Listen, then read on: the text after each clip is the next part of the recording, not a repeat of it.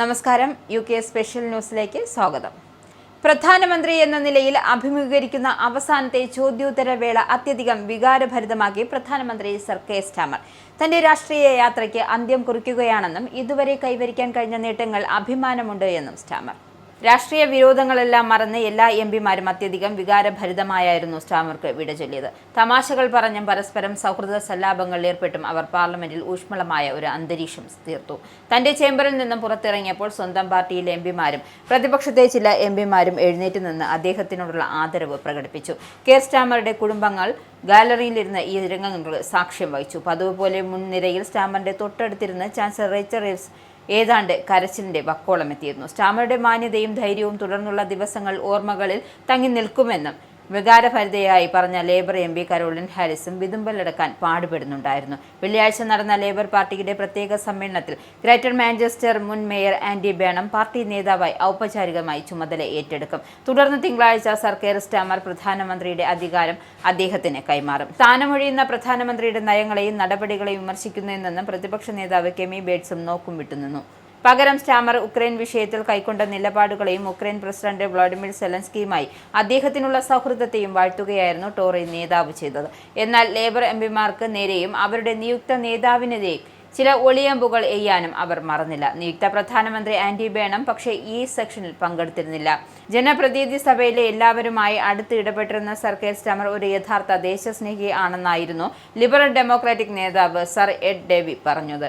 ജീവിതത്തിലെ പല ഘട്ടങ്ങളിലും സ്റ്റാമറുമായി ബന്ധപ്പെട്ടിരുന്ന പലരും അദ്ദേഹത്തിന്റെ വിടവാങ്ങൽ പ്രസംഗത്തിന് സാക്ഷ്യം വഹിക്കാൻ ഗാലറിയിലുണ്ടായിരുന്നു. അവരിൽ ഓരോരുത്തരോടും സ്റ്റാമർ കൃതജ്ഞത രേഖപ്പെടുത്തി. തന്റെ ജീവിതത്തിന്റെ പല ഘട്ടങ്ങളിലായി തന്നെ സ്വാധീനിക്കുകയും തന്റെ പ്രവർത്തനം മെച്ചപ്പെടുത്താൻ സഹായിക്കുകയും ചെയ്തവരാണ് അവരെന്നും സ്റ്റാമർ പറഞ്ഞു. വളരെ ഊഷ്മളമായ ഒരു പാർലമെന്റ് സെഷൻ ആരംഭം പക്ഷേ ഏറെ ശോകമൂകമായിരുന്നു. അതിദാരുണമായി കൊല ചെയ്യപ്പെട്ട മുൻ എംപി ആൻഡി വിറ്റ്കോമിന്റെ അനുസ്മരണത്തോടെയായിരുന്നു സെഷൻ ആരംഭിച്ചത്. താൻ പാർലമെന്റിൽ ഉണ്ടായിരുന്ന സമയത്ത് നിലവിലുള്ളതും നേരത്തെ ഉണ്ടായിരുന്നതുമായ 3 എംപിമാർക്ക് ജീവൻ നഷ്ടപ്പെട്ടത് ഏറെ ദുഃഖകരമാണ് എന്നും അദ്ദേഹം പറഞ്ഞു. മുൻ കൺസർവേറ്റീവ് എംപി ആയിരുന്ന വിഡ്കോം അതീവ നർമ്മബോധമുള്ള വ്യക്തിയായിരുന്നു എന്നും നിലപാടുകൾ ഉറച്ചുനിന്ന വ്യക്തിയായിരുന്നു എന്നും കൺസർവേറ്റീവ് നേതാവ് കെമി ബെറ്റ്നോക്ക് പറഞ്ഞു. അടുത്തയാഴ്ച ബ്രിട്ടന്റെ പുതിയ പ്രധാനമന്ത്രിയെ ആൻഡി ബേണം ചുമതലയേൽക്കുമ്പോൾ നിലവിലെ ആഭ്യന്തരമന്ത്രി ഷബാന മഖ്മൂദിനെ ധനമന്ത്രിയായി നിയമിച്ചേക്കുമെന്ന് റിപ്പോർട്ട്. ആൻഡി ബേണന്റെ അടുത്ത വൃത്തങ്ങളെ ഉദ്ധരിച്ച് സാമ്പത്തിക മാധ്യമമായ ഫിനാൻഷ്യൽ ടൈംസ് ആണ് ഇക്കാര്യം റിപ്പോർട്ട് ചെയ്തത്. തിങ്കളാഴ്ച നിലവിലെ പ്രധാനമന്ത്രി കെയർ സ്റ്റാമർ സ്ഥാനം ഒഴിയുന്നതോടെ ആൻഡി ബേൺഹാമിന്റെ നേതൃത്വത്തിൽ പുതിയ മന്ത്രിസഭ അധികാരമേൽക്കും. കൂടുതൽ ഇടതുപക്ഷ ചിന്താഗതിക്കാരനായ ഊർജ്ജ മന്ത്രി എഡ് മിലിബാൻഡിനെ മറികടന്ന് ഷബാന മഖ്മൂദ് ധനമന്ത്രി സ്ഥാനത്തേക്ക് എത്തിയേക്കുമെന്ന ഊഹാപോഹങ്ങളെ തുടർന്ന് സാമ്പത്തിക വിപണിയിൽ വലിയ ചലനമുണ്ടാക്കി. ഇതിനെ തുടർന്ന് ബ്രിട്ടീഷ് കറൻസിയായ സ്റ്റെർലിംഗിന്റെ മൂല്യം യൂറോയ്ക്കെതിരെ കഴിഞ്ഞ ഒരു വർഷത്തെ ഏറ്റവും ഉയർന്ന നിരക്കിലെത്തി. നിലവിലെ ധനമന്ത്രി റേച്ചൽ റീവ്സിന് പകരക്കാരിയായാണ് മഖ്മൂദ് എത്തുന്നത്. അതേസമയം ഈ റിപ്പോർട്ടുകളോട് പ്രതികരിക്കാൻ ഷബാന മഖ്മൂദിന്റെ വക്താവ് വിസമ്മതിച്ചു. ആൻഡി ബേണം ടീമിന് ഉടനടി പ്രതികരണങ്ങൾക്ക് തയ്യാറായിട്ടില്ല. തിങ്കളാഴ്ച ഔദ്യോഗിക പ്രഖ്യാപനം ഉണ്ടാകുന്നതുവരെ മന്ത്രിസഭാ തീരുമാനങ്ങളെക്കുറിച്ച് യാതൊരു പ്രതികരണവും നൽകില്ല എന്ന് ബെൻഹാമിന്റെ വക്താവ് വ്യക്തമാക്കിയതായും ഫിനാൻഷ്യൽ ടൈംസ് റിപ്പോർട്ട് ചെയ്തു. സാമ്പത്തിക നയങ്ങളിൽ വലിയ പ്രവർത്തന പരിചയമില്ലാത്ത മഖ്മൂദ് കുടിയേറ്റ വിഷയങ്ങൾ കടുത്ത നിലപാടുകൾ സ്വീകരിച്ചിട്ടുള്ളത് നേതാവ് കൂടിയാണ്. എന്നാൽ ഭരണകക്ഷിയായ ലേബർ പാർട്ടിയിൽ എഡ് മിലിബാൻഡിനേക്കാൾ കൂടുതൽ വലതുപക്ഷ ചിന്താഗതിക്കാരിയാണ് അവർ. മിലിബാൻഡ് മുന്നോട്ട് വെച്ച പരിസ്ഥിതി സൗഹൃദ നയങ്ങൾ ചില വ്യവസായ ഗ്രൂപ്പുകൾക്കിടയിൽ അതൃപ്തി ഉണ്ടാക്കിയിരുന്നതിനാൽ മഖ്മൂദിന്റെ വരവിനെ ബിസിനസ് ലോകം അനുകൂലിക്കുന്നുണ്ട്. രാജ്യത്തിന്റെ സാമ്പത്തിക ഭദ്രത ഉറപ്പാക്കാൻ ആവശ്യമെങ്കിൽ നികുതിദായകരിൽ നിന്നും കൂടുതൽ പണം ഈടാക്കുന്നത് ഉൾപ്പെടെയുള്ള കടുത്ത തീരുമാനങ്ങൾ എടുക്കാൻ താൻ മടിക്കില്ല എന്നും പ്രശസ്ത അവതാരകൻ ഗാരി ലിക്കനുമായി നടത്തിയ യൂട്യൂബ് അഭിമുഖത്തിൽ അദ്ദേഹം വ്യക്തമാക്കി. രാജ്യത്തിന്റെ സാമ്പത്തിക സ്ഥിതി വിലയിരുത്താൻ തനിക്ക് ആവശ്യത്തിന് സമയമെടുക്കേണ്ടി വരുമെന്നും സ്വന്തം ചെലവുകൾ സ്വയം വഹിക്കാൻ രാജ്യം കഠിനമായി പരിശ്രമിക്കണമെന്നും അദ്ദേഹം പറഞ്ഞു. അതിന്റെ ഭാഗമായി ജനങ്ങളോട് കൂടുതൽ നികുതി ആവശ്യപ്പെടേണ്ടി വന്നേക്കാമെങ്കിലും അത്തരം തീരുമാനങ്ങൾ ഇപ്പോഴെടുക്കേണ്ടി വന്നില്ല എന്നും ഭാവിയിൽ മാത്രം പരിഗണിക്കുന്നവയാണെന്നും അദ്ദേഹം കൂട്ടിച്ചേർത്തു. NHS നഴ്സുമാരുടെ ശമ്പളം നിശ്ചയിക്കുന്ന നിലവിലെ രീതി പൂർണ്ണ പരാജയമാണെന്നും അതിൽ മാറ്റം വരുത്താൻ പുതിയ പ്രധാനമന്ത്രി ഉടൻ തയ്യാറാകണമെന്നും റോയൽ കോളേജ് ഓഫ് നഴ്സിംഗ് ആവശ്യപ്പെട്ടു. കെയർ സ്റ്റാമർ സ്ഥാനം ഒഴിഞ്ഞതോടെ ലേബർ പാർട്ടിയിലെ ബേണം അടുത്ത പ്രധാനമന്ത്രിയെ സ്ഥാനമേൽക്കുന്ന സാഹചര്യത്തിലാണ് RCN നിലപാട് വ്യക്തമാക്കിയത്. നിലവിൽ NHS പേ റിവ്യൂ ബോഡി എന്ന പ്രത്യേക സമിതിയുടെ ശുപാർശകൾ അനുസരിച്ചാണ് സർക്കാർ നഴ്സുമാരുടെ ശമ്പളം നിശ്ചയിക്കുന്നത്. എന്നാൽ ഈ രീതി നഴ്സുമാരുടെ ശമ്പളം കുറയ്ക്കാനും അവരെ കടുത്ത സാമ്പത്തിക പ്രതിസന്ധിയിലാക്കാനും മാത്രമേ ഉപകരിച്ചിട്ടുള്ളൂ എന്നാണ് RCN കുറ്റപ്പെടുത്തുന്നു.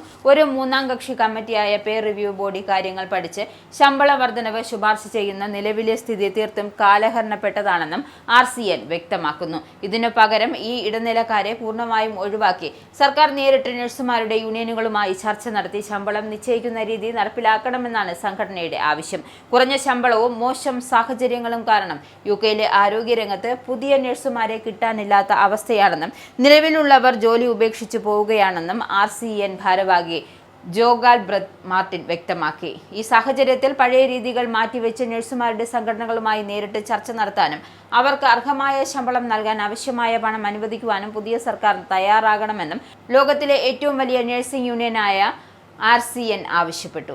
ബ്രിട്ടനിൽ വലതുപക്ഷ വംശീയ രാഷ്ട്രീയം പറയുന്ന റിഫോം UK നേതാക്കളുടെ സുരക്ഷയ്ക്ക് ഭീഷണി ഉയരുന്നതായി ആശങ്ക. പാർട്ടിയുടെ പ്രമുഖ വക്താവും മുൻ MPയുമായ ആൻ വിൻകോമിന്റെ ക്രൂരമായ കൊലപാതകത്തിന് പിന്നാലെ പാർട്ടി തലവൻ നൈജൽ ഫരാജിനെ വെടിവെച്ച് കൊല്ലുമെന്ന് ഭീഷണിപ്പെടുത്തിയ യുവാവ് ലണ്ടനിൽ അറസ്റ്റിലായി. ഇതോടെയാണ് ആശങ്ക ശക്തമായത്. കഴിഞ്ഞ മെയ് മാസത്തിൽ നടന്ന തിരഞ്ഞെടുപ്പ് സമയത്ത് X-ലൂടെയായിരുന്നു 20-കാരനായ യുവാവ് ഭീഷണി സന്ദേശം അയച്ചത്. നീ ഈ തിരഞ്ഞെടുപ്പിൽ ജയിച്ചാൽ നിന്റെ തലയ്ക്ക് ഞാൻ വെടിവെക്കും എന്നായിരുന്നു ആ സന്ദേശം. പാർലമെന്റ് അധികൃതർ നൽകിയ പരാതിയെ തുടർന്ന് പോലീസ് അന്വേഷണം നടത്തുകയും സോഷ്യൽ മീഡിയ കമ്പനിയിൽ നിന്നും വിവരങ്ങൾ ശേഖരിച്ച പ്രതിയെ ലണ്ടനിലെ വീട്ടിൽ നിന്നും പിടികൂടുകയുമായിരുന്നു. നിലവിൽ ഇയാളെ ജാമ്യത്തിൽ വിട്ടിട്ടുണ്ട്. രാഷ്ട്രീയക്കാരുടെ സുരക്ഷയിൽ ആശങ്കയാണ്. അതായത് ഇത്തരം ഭീഷണികൾക്കെതിരെ പോലീസ് ഇത് ആദ്യമായാണ് ഇത്രയും നടപടി പെട്ടെന്ന് എടുക്കുന്നതെന്നും നൈജൽ ഫരാജ് വ്യക്തമാക്കി. മുൻപ് തോക്കുകൾ ചൂണ്ടിയുള്ള വീഡിയോകൾ ഉൾപ്പെടെയുള്ള നിരവധി ഭീഷണികൾ തനിക്കു നേരെ വന്നിട്ടുണ്ട് എന്നും അപ്പോഴൊന്നും പോലീസ് കാര്യമായ നടപടി എടുത്തില്ലെന്നും അദ്ദേഹം കുറ്റപ്പെടുത്തി. രാഷ്ട്രീയക്കാരുടെ സുരക്ഷയ്ക്കായി സർക്കാർ കൂടുതൽ പണം ചെലവാക്കണമെന്നും അദ്ദേഹം ആവശ്യപ്പെട്ടു. കഴിഞ്ഞ ആഴ്ച ആൻഡി വിൻകോമിന്റെ കൊലപാതകവുമായി അതായത് അതിന്റെ ഗൂഢാലോചനയുടെ ഭാഗമാണ് എന്നും ഫരാജ് വ്യക്തമാക്കി. ഈ കൊലപാതകത്തിന് പിന്നിൽ രാഷ്ട്രീയ വൈരാഗ്യമുണ്ടോ എന്ന് പോലീസ് അന്വേഷിച്ചു വരികയാണ്.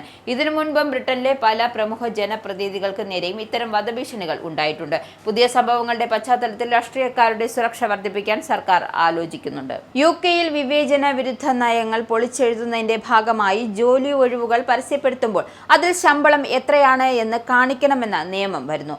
മറ്റു തൊഴിൽ സാഹചര്യങ്ങളും പരസ്യങ്ങളിൽ വ്യക്തമാക്കിയിരിക്കണം. നിലവിൽ സർക്കാരിന്റെ പരിഗണനയുള്ള നിർദ്ദേശങ്ങളിലാണ് ഇത് ഉൾക്കൊള്ളിച്ചിരിക്കുന്നത്. ഇത് തൊഴിൽ വിപണിയിൽ സുതാര്യത ഉറപ്പാക്കുമെന്നും ഭാവിയിൽ വേതനം സംബന്ധിച്ച വിവേചനവുമായി ബന്ധപ്പെട്ട പരാതികൾ ഉണ്ടാകാതിരിക്കാൻ സഹായിക്കുമെന്നും മന്ത്രിമാർ അവകാശപ്പെടുന്നു. എന്നാൽ ശമ്പളവുമായി ബന്ധപ്പെട്ട് എന്തൊക്കെ വിവരങ്ങളാണ് പരസ്യങ്ങൾ പങ്കുവെക്കേണ്ടത് എന്നതിനെക്കുറിച്ച് ഇപ്പോൾ വ്യക്തത വരുത്തിയിട്ടില്ല. കൃത്യമായ ശമ്പളം ഉൾപ്പെടുത്തണമോ അതല്ലെങ്കിൽ പരസ്യത്തിൽ പരാമർശിക്കുന്ന തസ്തികൾക്ക് ലഭിക്കാവുന്ന ശമ്പളങ്ങളുടെ പരിധികൾ രേഖപ്പെടുത്തണമോ എന്ന കാര്യത്തിൽ കൺസൾട്ടേഷൻ നടത്തുവാനാണ് സർക്കാർ തീരുമാനമെന്നറിയുന്നു. അടിസ്ഥാന ശമ്പളത്തിന് പുറമെ ബോണസ് പോലുള്ള ആനുകൂല്യങ്ങളും ഉൾപ്പെടുത്തണമോ എന്ന കാര്യത്തിൽ വ്യക്തത കൈവന്നിട്ടില്ല. പരസ്യങ്ങളിൽ ശമ്പളം പരാമർശിക്കാത്ത തൊഴിലുടമകൾ ഇന്റർവ്യൂ നടക്കുന്നതിന് മുൻപായി ശമ്പള വിവരം അപേക്ഷകർക്ക് എഴുതി നൽകേണ്ടതായി വരും. പുതിയ ജോലികൾക്കായി അപേക്ഷ സമർപ്പിക്കുമ്പോൾ വിവരങ്ങളെല്ലാം തന്നെ അറിഞ്ഞ് ഒരു തീരുമാനമെടുക്കാൻ തൊഴിലാളികളെ ഈ നയം സഹായിക്കുമെന്നാണ് അധികൃതർ പറയുന്നത്. മാത്രമല്ല അസാധാരണമായ ശമ്പളം പ്രതീക്ഷിക്കുന്ന അപേക്ഷകരെ ഒഴിവാക്കി റിക്രൂട്ട്മെന്റ് പ്രക്രിയ സുഗമമാക്കുവാൻ ഇത് തൊഴിലുടമകളെ സഹായിക്കുകയും ചെയ്യും. ബ്രിട്ടനിലെ യുവാക്കൾക്കിടയിൽ വ്യാപകമാകുന്ന അമിതവണ്ണം നിയന്ത്രിക്കുന്നതിനായി സ്കൂളുകൾക്ക് സമീപം KFC പോലുള്ള ഫാസ്റ്റ് ഫുഡ് ശൃംഖലകൾ പ്രവർത്തിക്കുന്നത് തടയണമെന്ന് MPമാരുടെ ആവശ്യം. പരസ്യ ബോർഡുകളിലും പൊതുഗതാഗത സംവിധാനങ്ങളിലും ജങ്ക് ഫുഡ് പരസ്യങ്ങൾ നിരോധിക്കണമെന്നും ജനപ്രതിനിധി സഭയിലെ ഹെൽത്ത് കമ്മിറ്റി മന്ത്രിമാരോട് ആവശ്യപ്പെട്ടു. ഈ മേഖലയിലെ ഭീമന്മാരുടെ ലോബിയിങ് വഴങ്ങരുത് എന്നും ആരോഗ്യ മേഖലയിൽ അമിത സമ്മർദ്ദം ഏകദേശം 74 ബില്യൺ പൗണ്ടിന്റെ അധിക ചെലവും വരുത്തുന്ന രോഗാവസ്ഥയോട് പൊരുതാൻ കർശന നടപടികൾ കൈക്കൊള്ളണമെന്നും കമ്മിറ്റി ആവശ്യപ്പെട്ടിട്ടുണ്ട്. അമിതവണ്ണം അഥവാ ഒബേസിറ്റി നിയന്ത്രിക്കാൻ 1992 മുതൽ കൈക്കൊണ്ട നടപടികൾ എല്ലാം തന്നെ പരാജയപ്പെട്ടു എന്നാണ് വിവിധ കക്ഷികളിൽ നിന്നുമുള്ള MPമാർ അടങ്ങുന്ന സംഘം നിരീക്ഷിച്ചിരിക്കുന്നത്. നിലവിൽ ബ്രിട്ടനിലെ പ്രായപൂർത്തിയായവരിൽ 66%, 13-നും 15-നും ഇടയിൽ പ്രായമുള്ളവരിൽ 28% ഒബേസിറ്റി ഉള്ളവരാണെന്ന് കമ്മിറ്റി ചൂണ്ടിക്കാണിച്ചു. മോശമായ ഭക്ഷണക്രമം നിരോധിക്കുന്നതിന് വാഗ്ദാനം ചെയ്ത നടപടികൾ സ്വീകരിച്ചില്ല എന്ന് കമ്മിറ്റി ലേബർ സർക്കാരിനെ കുറ്റപ്പെടുത്തിയിട്ടുമുണ്ട്. പ്രമുഖ സോഷ്യൽ മീഡിയ പ്ലാറ്റ്ഫോമായ ടിക്ടോക്കിനെതിരെ UK-യുടെ ഓൺലൈൻ നിയന്ത്രണ അതോറിറ്റിയായ ഓഫ്കോം ഔദ്യോഗിക അന്വേഷണം പ്രഖ്യാപിച്ചു. കുട്ടികൾക്ക് സമൂഹ മാധ്യമങ്ങളിലെ മോശം ഉള്ളടക്കത്തിൽ നിന്നും സംരക്ഷണം ഒരുക്കണമെന്നും ഓൺലൈൻ സേഫ്റ്റി ആക്ട് പ്രാബല്യത്തിൽ വന്ന് ഏകദേശം 1 വർഷം തികയുമ്പോഴാണ് ഈ നിർണായകമായ നടപടി. പ്ലാറ്റ്ഫോമിൽ ഉപയോക്താക്കളുടെ പ്രായം പരിശോധിക്കാൻ ടിക്ടോക്ക് ഉപയോഗിക്കുന്ന സാങ്കേതികവിദ്യ ഫലപ്രദമല്ല എന്നാണ് ഓഫ്കോമിന്റെ പ്രധാന കണ്ടെത്തൽ. കുട്ടികളുടെ പ്രായം കൃത്യമായി തിരിച്ചറിയുന്നതിന് പകരം അത് ഊഹിച്ചു പറയുന്ന രീതിയാണ് ടിക്ടോക്ക് ഉപയോഗിക്കുന്നത്. ഇത് കുട്ടികളെ കൃത്യമായി തിരിച്ചറിയുന്നതിൽ പരാജയപ്പെടാൻ കാരണമാകും. ഇതുമൂലം കുട്ടികൾക്ക് സ്വയം പീഡനം, ആത്മഹത്യ, അശ്ലീലത എന്നീ ദോഷകരമായ ഉള്ളടക്കം കാണേണ്ടി വരുന്ന സാഹചര്യം ഉണ്ടാകുന്നുവെന്നും അധികൃതർ കൂട്ടിച്ചേർത്തു. അന്വേഷണത്തിൽ കുറ്റക്കാരെന്ന് കണ്ടെത്തിയാൽ ടിക്ടോക്കിന് കനത്ത പിഴ ഒടുക്കേണ്ടി വരും. 1.8 കോടി പൗണ്ട് വരെയോ അല്ലെങ്കിൽ കമ്പനിയുടെ ആഗോള വരുമാനത്തിന്റെ 10% പിഴയായി ഈടാക്കാനാണ് നിയമം അനുശാസിക്കുന്നത്. ഗുരുതരമായ സാഹചര്യങ്ങളിൽ UK-യിൽ ടിക്ടോക്ക് നിരോധിക്കാൻ പോലും അതോറിറ്റിക്ക് അധികാരമുണ്ട്. അതേസമയം തങ്ങൾ നിയമപരമായി എല്ലാ ബാധ്യതകളും പാലിക്കുന്നുണ്ട് എന്നും ടിക്ടോക്കിന്റെ വാദം. അക്കൗണ്ട് തുടങ്ങുമ്പോൾ ജനനത്തീയതി രേഖപ്പെടുത്തുന്നത് നിർബന്ധമാണെന്നും പ്രായപരിധി ലംഘിക്കുന്നവരെ കണ്ടെത്താൻ ആധുനിക സാങ്കേതിക വിദ്യകൾ ഉപയോഗിക്കുന്നുണ്ട് എന്നും കമ്പനി പ്രസ്താവനയിൽ അറിയിച്ചു. നിയമങ്ങൾ പാലിക്കുന്നുണ്ട് എന്ന് ബോധ്യപ്പെടുത്താൻ ഓഫ്കോമുമായി സഹകരിക്കുമെന്നും അവർ കൂട്ടിച്ചേർത്തു. 16 വയസ്സിൽ താഴെയുള്ള കുട്ടികൾക്ക് സോഷ്യൽ മീഡിയ പൂർണ്ണമായും വിലക്കാൻ UK സർക്കാർ തയ്യാറെടുക്കുന്ന പശ്ചാത്തലത്തിലാണ് ഈ അന്വേഷണമെന്നതും ശ്രദ്ധേയം. ഇത് സാങ്കേതിക വിദ്യാ കമ്പനികളുടെ മേലുള്ള നിരീക്ഷണം കൂടുതൽ ശക്തമാക്കും. ടിക്ടോക്കിന് പുറമെ ഗൂഗിൾ, ബിങ്ങിങ് തുടങ്ങിയ സെർച്ച് എഞ്ചിനുകൾ വഴി പ്രായപരിശോധനയില്ലാത്ത അശ്ലീല സൈറ്റുകൾ കുട്ടികൾക്ക് വളരെ എളുപ്പത്തിൽ കണ്ടെത്താനാകുന്നുണ്ട് എന്നും ഓഫ്കോം മുന്നറിയിപ്പ് നൽകി. ഈ പ്രശ്നം പരിഹരിക്കാൻ സെർച്ച് എഞ്ചിൻ കമ്പനികളുമായും ചേർന്ന് പ്രവർത്തിക്കുമെന്നും ഓഫ്കോം അറിയിച്ചു. ശ്രീനാരായണ ഗുരുദേവന്റെ മഹത്തായ മാനവിക സന്ദേശം UK-യിലെ നോർവിച്ച് മലയാളി സമൂഹത്തിലേക്ക് പകർന്നു നൽകുന്ന SNDP യോഗം നോർവിച്ച് യൂണിയന്റെ 1-ാം വാർഷികം നാളെ നോർവിച്ചിൽ നടക്കും. ആത്മീയതയും സഹോദര്യവും സേവന സങ്കല്പവും ഒരുമിക്കുന്ന സംഗമമാകും 1-ാം വാർഷിക ആഘോഷം. നോർവിച്ച് യൂണിയന്റെ 1-ാം വാർഷികത്തിൽ ഗുരുപൂജ, അനുഗ്രഹ പ്രഭാഷണങ്ങൾ, സാംസ്കാരിക പരിപാടികൾ, കുടുംബസംഗമം, പ്രവർത്തകരെ ആദരിക്കൽ എന്നിവ ഉൾപ്പെടെ വൈവിധ്യമാർന്ന പരിപാടികളാണ് ഒരുക്കിയിരിക്കുന്നത്. സേവനം UK ഡയറക്ടർ ബോർഡ് അംഗങ്ങൾ, വിവിധ കുടുംബ യൂണിറ്റുകളുടെ പ്രതിനിധികൾ, സാമൂഹിക സാംസ്കാരിക രംഗത്തെ പ്രമുഖർ, ഗുരുഭക്തർ എന്നിവർ ചടങ്ങിൽ പങ്കെടുക്കും. ഗുരുദേവന്റെ ദർശനം തലമുറകളിലേക്ക് പകരുവാനും മനുഷ്യസ്നേഹത്തിന്റെയും സാഹോദര്യത്തിന്റെയും സന്ദേശം കൂടുതൽ ഹൃദയങ്ങളിൽ എത്തിക്കുവാനുമുള്ള പുതുവഴികൾ തുറക്കുന്ന ദിനമായിരിക്കും നോർവിച്ച് യൂണിയന്റെ 1-ാം വാർഷികമെന്ന് സംഘാടകർ അറിയിച്ചു. UK-യിലെ എല്ലാ ഗുരുഭക്തരെയും സംഘാടകർ ചടങ്ങിലേക്ക് ക്ഷണിച്ചു. ആഗോളതലത്തിൽ മരിയൻ പുണ്യകേന്ദ്രങ്ങൾ ഏറെ വിഖ്യാതമായ വാൽസിംഗ്ഹാമിന്റെ ഗ്രേറ്റ് ബ്രിട്ടൻ കാത്തലിക്ക സീറോ മലബാർ എപ്പാർക്കിയുടെ നേതൃത്വത്തിൽ ആഘോഷിക്കുന്ന 10ാമത് തീർത്ഥാടനം നാളെ കൊണ്ടാടും. ശനിയാഴ്ച നടക്കുന്ന തീർത്ഥാടനത്തിൽ ഗ്രേറ്റ് ബ്രിട്ടൻ സീറോ മലബാർ രൂപതയുടെ അഭിവന്ദ്യ അധ്യക്ഷൻ മാർ ജോസഫ് സാംബ്രിക്കൽ മുഖ്യ കാർമ്മികത്വം വഹിക്കും. ഗ്രേറ്റ് ബ്രിട്ടൻ സീറോ മലബാർ എപ്പാർക്കിയുടെ വികാരി ജനറലും പ്രോട്ടോ സെഞ്ചുലോസും സഭാ പണ്ഡിതനുമായ reverend doctor Antony Chundalikattu Marian സന്ദേശം നൽകും. ഫാദർ ജിനു മുണ്ടുനടക്കലിന്റെ ആചപാലന നേതൃത്വത്തിൽ കേംബ്രിഡ്ജ് റീജിയനിലെ സീറോ മലബാർ വിശ്വാസ സമൂഹം തീർത്ഥാടകർക്ക് വേണ്ടിയുള്ള സൗകര്യങ്ങൾ ക്രമീകരിച്ച് അലങ്കാരങ്ങളും തിരുനാൾ ഒരുക്കങ്ങളും പൂർത്തിയാക്കി മാതൃഭക്ത ജനസാഗരത്തെ വരവേൽക്കുവാൻ സജ്ജമായിരിക്കുകയാണ്. തീർത്ഥാടനത്തിന്റെ വിജയത്തിനായി ഭവനങ്ങൾ കേന്ദ്രീകരിച്ച് മധ്യസ്ഥ പ്രാർത്ഥനകൾ നടത്തിവരുന്ന കേംബ്രിഡ്ജ് റീജിയണൽ സീറോ മലബാർ സമൂഹമാണ് തീർത്ഥാടനത്തിന് ആതിഥേയത്വം വഹിക്കുന്നത്.